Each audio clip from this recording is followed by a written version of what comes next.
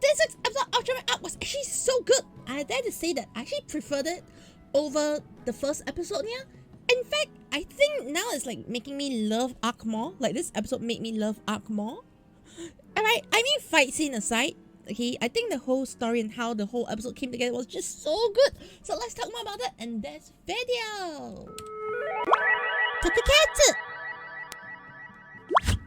Hey everyone, Katurteer in the house here and welcome to the Tokusatsu channel. We talk about Kamen, Super Saiyan, Ultraman, all those stuff here. So one thing I really like about this week's episode is, you know, it has like a couple of things that is overlapping one another. First, you have the main plot was like, you know, a small boy heard like folklores from his parent, okay, from his father saying that, oh, we can't cut the trees because there's a monster buried under here by, you know, since ancient times. And he heard this story from his grandfather and great-grandfather, etc, etc. So, you know, it's like, you know, passed down through traditions. And then now the father says, okay, we're gonna chop down all the trees here because the development board says so. And it's like, you know, one of those things where you're just trying to destroy heritage and trying to destroy, you know, not listen to all the historical elements and all. And that's something I hold a bit dear to heart. So maybe that is one reason why I kind of like, you know, preferred this episode, because in Singapore I see like, you know, all our heritage sites getting destroyed. I see all our, you know, historical stuff just disappearing before my eyes, okay? And who cares, alright? Modern development doesn't care, yeah. So I do feel that part hitting me a bit, but enough about me, alright, yeah? I get back into the show. While that is ongoing, okay, the little boy goes to Arc and say, we need to stop them from like, you know, chopping down trees. Then it snowballs into, you know, releasing a lot of information about each of the individual characters. So we have Yuma, alright, who went to find, you know, who goes to find this Sugiyama-san, who owns this antique shop, at a second-hand shop where he has like, you know, a lot of like ancient writings, ancient law about kaijus and all, I believe, which is actually really interesting. Like, I'm like, okay, it adds some layer of depth, it adds some layer of like, you know, world building that I really love to see, okay, yeah? And it adds a bit more personality to Arc, and possibly where, you know, his inspirations and all his imaginations of kaiju come from, yeah. At the same time, we have Ishido, who like has commands over a satellite for some reason. And at the very end of the episode, they hinted that, you know, he knows a bit more about the horn in the city. He knows a bit more about everything, okay?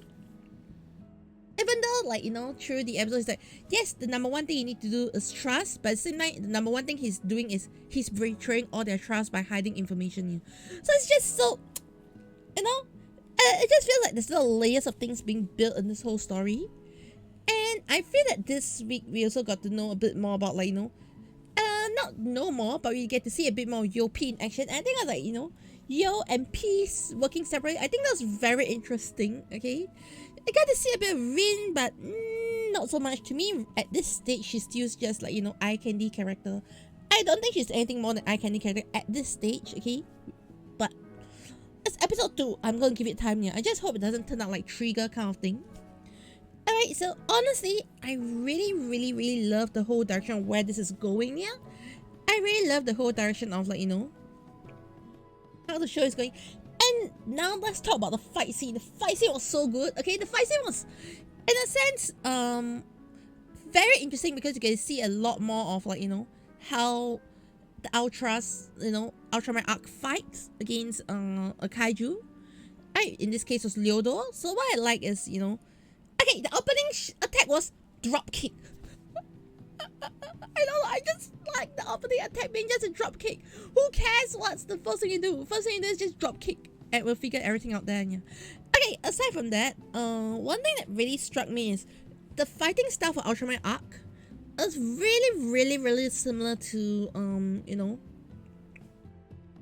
it's very similar to, like, you know, Ultraman Jack, okay, the return of Ultraman. And I kind of like love it, like in a very interesting way that, you know, his fighting style is all the chops, all the quick attacks, yeah. Which kind of like reminds me about, like, you know, how Ultraman Jack fights with a more upright posture compared to the original Ultraman, yeah.